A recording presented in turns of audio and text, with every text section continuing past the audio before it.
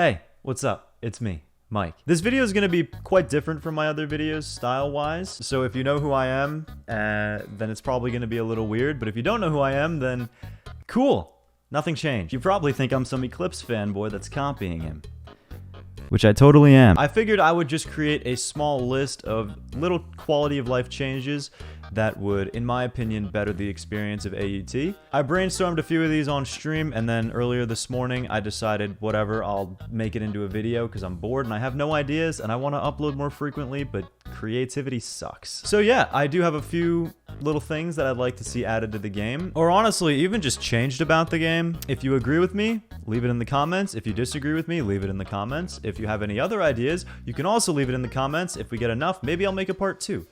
Who knows? So yeah, this is my list of small changes that AUT could make. Some of them not so small, that could enhance the gaming experience, in my opinion. So the first thing on this list is for them to create an in-game GUI that sort of resembles the Trello. The reason I'm putting this on here is because, as everybody knows, at least at the time of recording this, the Trello's been down for quite a few days. With the Trello down, that takes away a lot of information that people need in order to get into the game and play it. For example, item spawn times, RNG-based stuff, stands even, how to unlock them, or even what stands are just in the game. So I figured, you know what? If they put an in-game GUI, or something of that matter, that explained to the user all the information that the Trello did without it being an external site that gets taken down based on how many people are active on the site, I feel like that'd be very helpful in making sure that people have an enjoyable experience while playing the game. Because let's be honest, AUT doesn't exactly tell you what you're doing. It pretty much just throws you in there, expects you to know a bunch of stuff, expects the Trello to be up, and expects you to be able to use it that way. So right now, not even I know all of the stuff you can get in the game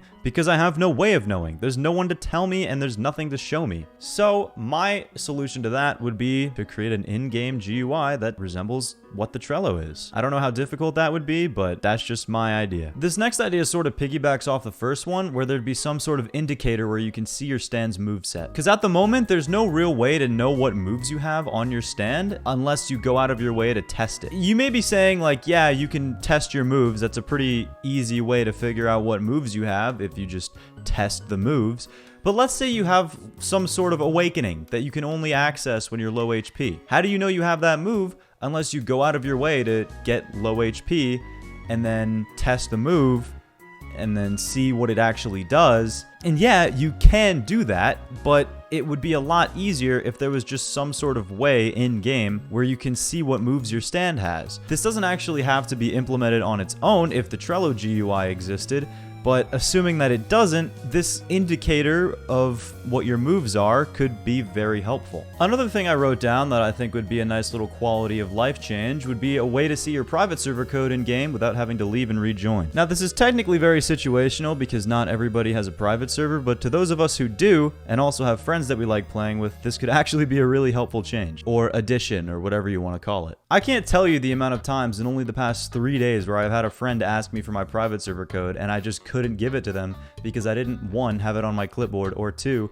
even remember it because I was sitting in there for like an hour waiting for items to spawn. If they did decide to add this, the way I would go about it would be similar to Phasmophobia, where you can click a sort of little hide symbol, and if you click the hide symbol, it shows the code, and if you click it again, it blurs it out or censors it or covers it or something. That way, if anybody decides to do a live stream or share their screen and doesn't want people to join, they can just hide the code. So if you reveal the code to yourself, you can give it to other people, and then when you're ready to screen share or stream, you just click the little hide button and boom, there goes the code. Your private server is safe. This next one isn't exactly as important since it has to do with the item notifier, and I know that not a lot of people have that due to how expensive it is, but the idea was to make the circles on the notifier different colors depending on what item they're signaling. For example, if it was a meteor, maybe it could be an orange color.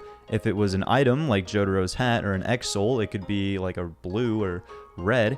Or if it was a sandy debris, it could be something like yellow or green or just a different color. I feel like this could be helpful for when people are walking around in the main area and then they look over at the devil's palm and they see all the blue flashing circles when they have their notifier, and they can't tell what items are items that have spawned or sandy debris. This also works the other way as well. If you're walking around in devil's palm and you look over at the main area, sometimes it's hard to tell what's a meteor or what's a normal item. Another little thing they can do here that I'm just going to tack on is maybe add chests to the item notifier, because I have the item notifier and it doesn't notify me when chests spawn, so I have to use King Crimson's time erase to look around the map and see if any chests spawn, and it's pretty annoying. But yeah, if they did make them different colors, like I said, it's not exactly all that important, but if they did, I feel like it'd be a nice change. And the final change that I have listed here is to make private servers permanent.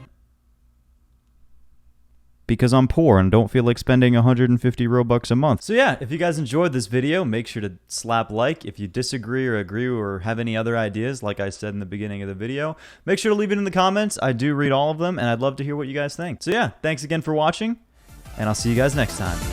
Peace out.